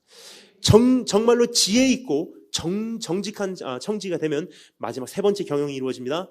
따라해서 감사했습니다. 다른 종들을 깨우는 온전한 경영. 지혜가 생기고 정직하게 되면요, 이제는 지혜가 생기고 진실한 종이 되면요, 진짜로 이제는 다른 종들을 깨울 수 있는 종이 된다는 사실이에요. 여기 이렇게 돼 있죠. 주인이 돌아올 때 그 복이 있는 종이 누구냐고 주님께서 물어보시면서 이렇게 말씀하시죠. 지혜 있고 진실한 청지기가 되어 주인에게 그 집 종들을 맡아 때를 따라 양식을 나누어 줄 자가 누구냐. 주인이 돌아올 때 그 종의 그렇게 하는 것을 보면 그 종이 복이 있으리로다. 수도 없이 많은 종들이 정말 충실히 주님을 섬겼음에도 불구하고 주인의 관심이 있는 종은 누구죠? 때에 맞는 양식을 다른 종들에게 준 그 종이래요. 여러분, 시대마다 맞는 메시지가 있습니다. 근데 여러분, 마지막 시대에는요, 마지막 시대의 메시지밖에 통하지 않는다는 사실이에요. 왜냐하면 마지막 시대의 잠은요, 마지막 시대의 메시지밖에 깨우지 못하기 때문입니다. 아무리 신학적인 얘기하고, 아무리 그냥 정말 감정적인 이야기하고, 아무리 위대한 간증도요, 못 깨웁니다. 마지막 시대의 잠은요, 정말 깊은 잠이기 때문에 다 못 일어나요. 근데 한 가지만 깨웁니다. 굉장히 단순한 말이에요. 한 가지만 깨웁니다. 뭐죠? 한밤중에 외치는 소리가 이르되 신랑이 온다 하매 10명의 처녀들이 자다가 벌떡 일어난 거예요. 마지막 시대의 잠은요, 주님 오신다는 메시지밖에 못 깨웁니다. 그럼 여러분, 이제 나의 가정을 깨울 수 있는 메시지는 한 가지예요. 주님 오시는 것을 전제로 그들에게 다가가면 됩니다. 우리 지금 잠들어가고 있는 시대를요, 깨울 수 있는 메시지는 한 가지예요. 우리 자녀들을 깨울 수 있는 메시지는 한 가지입니다. 주님 오신다는 메시지예요. 그래서 그것을 전제로 이젠 그들에게 사랑과 심판을 선포하는 것입니다. 여러분, 어떤 분들이 이렇게 생각하세요. 에이, 그 청소년들에게 통할까? 통합니다. 왜냐면 제가 처음에 한국에 어떠한 여러 강사님들이 모여서 함께 이 연합 집회라는 그 자리에 제가 처음 가게 됐습니다. 유명한 집회입니다. 그 집회를 딱 가니까 한국에서 정말 내노라는 정말 유명한 강사님들은 그 집회에 다 모이셨어요. 다니엘 김 선교사가 처음에 그 자리에 참석하니까 정말 영적 거인들만 거기 계신 것 같았습니다. 근데 이제 그분들 말씀을 듣는데 참 귀한 말씀드렸었어요. 근데 한 가지 안타까움이 있었습니다. 무엇이냐? 그때가 이미 한 5, 6년 전이었는데 그분들의 말씀 가운데 한 가지 안타까운 것이 있으면 이것입니다. 정말 귀한 말씀들이에요. 하지만 한 가지는요, 그분들은 아마 믿으셨겠죠. 하지만 청소년들에게는 안 통할 거라고 생각하셨을 것입니다. 주님 다시 오시다는 메시지가 없었어요. 꿈을 꾸십시오. 비전을 가지십시오. 하나님께서 여러분을 위대하게 쓰실 것입니다. 여러분 정말 하나님 열심히 믿으면 이제는 여러분 위대한 사람으로 성장케 될 것이며 그 위대한 인물이 돼서 사회에 영향을 끼치고 하나님께서 영광을 받으시고 여러분은 많은 사람들을 주님 앞에 인도할 것입니다. 그러니까 학생들이 아멘 그래요. 솔직히 저는요, 뒤에 앉아서 그 말씀을 듣는데 속에서 불 같은 게 올라오더라고요. 왜냐? 이제는 시대에 맞지 않는 메시지거든요. 이제부터의 시대는요, 어떤 메시지냐? 말씀에 딱 강단에 서자마자 그때 속에 불 같은 게 있어서 너무 답답해서 그냥 청소년들에게 그렇게 말했어요. 제일 첫 마디, 내일은 환난이지 평안이 아닙니다. 점점 힘들어질 것입니다. 그래서 주님 곧 오십니다. 하지만 주님 곧 오시는 그날 산자와 죽은 자를 심판하러 오십니다. 그래서 온전히 깨어있는 사람만 결국 주님 나라에 영접될 것입니다. 처음에는 죄인 구하러 오셨지만 이번에는 의인만 구하러 오십니다. 깨어나십시오. 그렇게 외쳤어요. 딱 그렇게 외치고 말씀을 내려왔는데 강사 대기실에 가니까 벌써 비상이 걸렸어요. 왠지 차가운 공기가 흐르고 있어요. 딱 가니까 저에게 별명을 해줘. 다니엘 김 선교사는 하면서 별명을 줘주시더라고요. 대한민국에서 유일하게 청소년들에게 주님 다시 오신다는 메시지 외치는 강사래요. 그냥 좋은 식으로 그걸 저에게 해준 거 아니세요. 왜냐, 저에게 이렇게 말씀하시더라고요. 그게 통합니까? 근데 여러분, 저는 그때 한 가지 하나님께 저에게 증거를 줬어요. 그것은 무엇이냐면 그 연합 집회가 여러 곳에서 일어나고 있습니다. 그런데 그 연합 집회에 어떠한 실행, 행정 담당하는 그 사무실에서 저에게 이렇게 말씀해 주셨어요. 그게 어디냐면, 그러니까 그 사무실 저에게 이렇게 말씀해 주십니다. 설문지 조사를 해봤는데 1년이 지나고 나서 그 집회에 가장 영향력 있는 강사가 누구냐? 다니엘 김 선교사래요. 저는 이것을 제 자랑으로 말씀드린 게 아니에요. 한 가지 여러분에게 한 증거를 말씀드리고 싶었을 뿐입니다. 그것은 무엇이냐? 어린 아이들도 영이기 때문에 안다는 거예요. 그냥 잘 될 거야, 열심히 살아, 이제는 안 통합니다. 아이들은 오히려 그걸 알아요.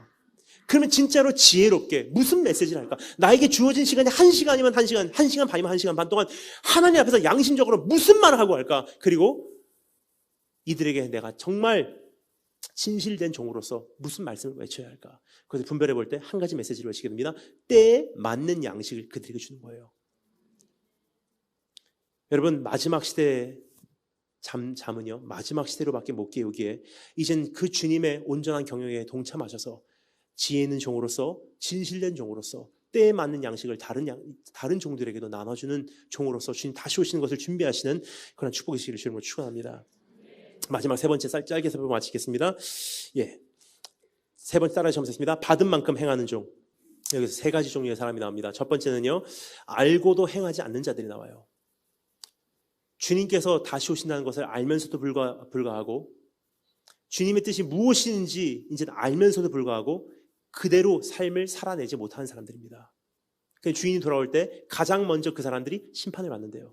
예를 들어서 요한계시록에 보면요, 이 세상에 엄청난 하나님의 재앙이 쏟아지기 전에 먼저 심판하는 대상이 있었습니다. 누구죠? 교회예요. 주님 오시는 그날에는요, 세상을 심판하기 전에 교회를 먼저 심판하십니다. 요한계시록 2장 3장은요 교회를 심판하신 하나님의 책망의 말씀이었어요. 그리고 4장에 가서 이제부터 하나님의 심판이 시작됩니다. 세상을 향한. 많이 준 자에게는 많은 것을 요구하신 주님께서 제일 먼저 교회와 목사, 선교사를 심판하실 거라고 생각해요. 그래서 여러분, 저는요 사실상 두렵습니다. 그 이유는요, 오늘 말씀은요 여러분이 먼저 두려워하실 말씀이에요. 어제 말씀과 오늘 낮의 말씀은요 여러분이 두려워하셔야 할 말씀입니다. 그 이유는 화기 때문입니다. 아는 만큼 심판받을 말씀이에요. 내가 그때 다니엘 김 선교사 보내잖아. 너 들었음에도 불구하고 너 왜 이렇게 살았니? 은혜 받았습니다. 돌아가면 오늘 말씀이 말씀되지 못한 것입니다. 이렇게 살아내지 못하면 이것은 화입니다. 그렇다면 여러분, 이제 우리가 하나님 앞에서 참 두려움과 떨림으로 살 수밖에 없다고 생각합니다. 저 그래서 최근에 참 두렵기 시작했어요. 박보영 목사님께서 이제 말씀하신 것을 최근에 들었는데요. 이렇게 어떤 분을 통해서 이렇게 말씀하셨다는 것을 전해 들었습니다. 다른 목사님들하고 식사를 하시면서 이렇게 말씀하셨대요. 나 지옥 갈까 봐 두렵다. 박보영 목사님이 지옥 갈까 봐 두렵다면 여러분, 저는 큰일 난 사람이에요. 여러분, 근데 저는 그걸 무슨 뜻인지 저는 공감이 가요. 왜냐하면 강단에서 외치는 만큼 제가 살아내지 못하면요, 하나님의 가장 큰 심판의 대상이 바로 저기 때문입니다. 그래서 여러분, 저를 위해서 정말 기도해 주시기를 원하신다면요, 세 가지만 꼭 기도해 주시면 감사하겠습니다. 첫 번째는요, 시편 71편 17절 18절 말씀이 제 기도 제목이에요. 첫 번째 기도 제목입니다. 하나님, 어려서부터 저를 교훈하셨으므로 내가 주께서 행하신 일들을 지금까지 전하여 왔나이다. 내가 백발이 되어 노인이 될 때에도 나를 떠나지 마시며 내가 주님께서 행하신 그 일들을 그 다음 세대에게, 후대에게 다 전하기까지 나를 버리지 마소서. 첫 번째 기도 제목입니다. 두 번째, 저를 위해 기도해 주실 것이 있습니다. 두 번째 기도 제목은요, 하나님, 강단에서 선포하는 말씀만큼만 살게 해주세요. 주님의 심판까지 못 미쳐도 제 말만 가지고도 심판받아도 전 지옥행입니다. 여러분, 오늘 정말 두려움과 떨림으로 말씀만큼만 살 수 있도록 저를 위해서 기도해 주시면 감사하겠습니다. 세 번째는요, 저희 건강을 위해서 기도해 주시면 감사하겠습니다. 여러분, 알고도 행하지 않는 자는요, 주님께서 말씀하십니다. 많이 맞으리라. 하지만 여러분, 두 번째 종류의 사람이 있습니다. 모르고 행하지 못한 자가 있어요. 무슨 뜻입니까? 몰랐어요. 못 알아들었어요. 안 말씀해 주셨어요. 근데 그 사람들 어떻게 해요? 주님께서 그래, 이해한다. 아닙니다. 주님께서 뭐라고 말씀하시죠? 모르고 행하지 못한 자는 어떻게 해요? 맞는다. 하지만 적게 맞을 뿐이다. 굉장히 정확한 하나님이세요. 알면서도 행하지 못한 자는 많이 맞지만 모르고서 행하지 못한 자는 맞는다. 하지만 적게 맞을 뿐이다. 여러분, 주님 앞에는 바로 이런 뜻입니다. 주님 앞에는요, 몰랐어요라는 것은 변명이 되지 않는다는 뜻이에요. 세 번째, 알고 알리고 행하는 자가 있습니다. 그건 무엇이냐? 정말 많이 받은 만큼 이제는 그만큼 살아드리는 사람입니다. 그만큼 외쳐드리는 사람입니다. 그래서 여러분, 사실상 두렵습니다. 왜냐하면 마지막 날 북한에서 정말 주님 믿고 아무것도 없어도 정말 주님 한 번 바라보고 생명을 걸고서 믿음을 지킨 쪽복음 가지고 평생 동안 달려간 북한 성도 한 명하고 다니엘 김 선교사라는 사람하고 주님 앞에 가서 딱 섰을 때 주님께서 똑같은 기준으로 심판하지 않는다는 사실이에요. 많이 준 자에게는 많은 것을 요구하십니다. 내가 너 사관학교 보내고 신대원 보내고 너에게 엄청난 자원을 투자할 것만 너 뭐하다 왔냐? 그토록 많은 강단에서 진리를 외치게 할 것만 너 왜 그거밖에 못하고 왔냐? 여러분, 이제는 참 두렵습니다. 그래서 이제는 내가 받은 축복이 너무나 많다는 것을 자랑 삼을 때가 아니라고 생각해요. 불의한 종이 돼서 어떻게 하라고요? 주인이 돌아오는 걸 알면 지금 갖고 있는 게 이게 불의한 자원이거든요. 그럼 어떻게 하라고? 다른 종들에게 줘버리는 거예요. 그냥 갖고 있는 만큼 매맞거든요. 그래서 불의한 종이 되래요. 야, 가져가세요. 나 필요 없어요. 가져가세요. 그럼 나중에 빈털터리가 되면 어떻게 되죠? 주인이 돌아와서 아무것도 없으면 심판 안 받지만 다른 종들에게 이미 줬기 때문에 다른 종이 우리 집에 와. 친구를 사귀래요. 차라리. 여러분, 갖고 있는 만큼 심판받습니다. 진짜 감당할 수 있는 만큼만 소유하십시오. 근데 여기까지 말씀을 드리면요, 참 부담이 되는 말씀이군요. 근데 여러분, 그래서 주님께서 말씀하십니다. 사람으로는 불가능하지만 하나님 안에서는 모든 것이 가능하니라. 그래서 말씀하십니다. 믿음의 주요 너를 온전케 하시리인 예수를 바라보래요. 예수를 바라보면 무엇이 보입니까? 오늘 다시 한번 나로 하여금 많이 가진 것을 하나님의 기준으로 내려놓게 하시고 온전히 분별케 하시고 이러한 복잡한 상황 가운데서도 나의 사랑하는 주님을 향해서 내가 달려갈 수 있도록 돌진할 수 있도록 하는 원동력이 주님 안에 있습니다. 왜냐? 이것이 보이기 때문입니다. 37절 말씀에 주님께서 이렇게 말씀하시죠. 주인이 와서 깨어있는 그 종을 보면 그 종들은 복이 있으리로다. 즉 무슨 뜻입니까? 내가 깨어있을 수 있는 그 동기부여를 하고 계신 거예요. 깨어있으면 주인이 반드시 봐주신다는 거예요. 그러면 어떻게 하냐? 내가 진실로 너에게 이르노니 주인이 그 종이 깨어있는 것을 보면 어떻게 한다고요? 주인이 띠를 띠고 그 종을 자리에 앉히고 주인이 나와 그 종의 수종을 들리라. 상상을 초월해버리는 복음이에요. 무엇입니까? 아유, 주님, 내가 주님 나라 가서 내가 주님의 수종 드는 건 이해가 가는데 주님이 나를 수종 든다, 이거 말도 안 됩니다. 지금 말씀드렸죠? 주님께서 띠를 띠신대요. 주인이 돌아와서 정말로 깨어있고 정말로 주님의 마음으로 지금까지 경영해왔고 정말로 받은 만큼 행하는 종을 바라보면 주님께서 말씀하십니다. 이제 주인이 띠를 띄우신데 무슨 뜻입니까? 내가 너에게 충성할게. 내가 띠를 띄우고 네가 무엇인지 말해도 내가 너의 필요를 다 만족시키고 채울 수 있는 거기에 내가 몰두하겠다. 언제? 영원에 걸쳐서. 주인께서 우리의 수종을 든다는 뜻이에요. 어떤 분들이 이렇게 생각하세요. That's too good to be true. 그건 믿어지지 않습니다. 우리가 주님의 수종을 듣는 거예요. 무슨 주님이 우리 수종을 듭니까? 그래서 주님께서 어떻게 하신 줄 아십니까? 믿어지지 않지. 그래서 내가 너에게 이렇게 한다. 베드로야 일로 와 앉아. 요한아 일로 와 앉아. 물을 갖고 와. 주님께서 띠를 띄우시고 주님 잡히시는 그날 밤 무릎을 꿇으세요. 그 앞에. 베드로의 신을 벗기시고 그 발을 잡고 주님은 아셨어요. 이 종은 결국 복음 들고 산을 넘을 그 발이 될 거라는 걸 주님 알고 계셨어요. 여기에 주님과 똑같은 못이 돌파한다는 걸 주님 알고 계셨어요. 어떤 종은 거꾸로 매달려서, 어떤 종은 채찍에 맞아, 어떤 종은 창에 맞아. 다 복음 들고 정말 충실한 종으로, 진실한 종으로, 경영하는 종으로 평생을 달려갈 거 주님 다 보시고 계시면서 발을 시키셨어요. 주님 말씀은 안 하셨지만 아마 이런 마음이 없지 않아 있을 거라고 생각합니다. 기억해도 언젠가 내가 돌아올 때 이것이 너의 영원한 현실이 될 거야. 내가 너의 발을 오늘 시키는 것 같이 내가 언젠가 돌아오는 그날 영원토록 내가 너에게 이렇게 수종될 거야. 그거 하나 바라보고 너 평생을 달려가 줄 수 있겠니?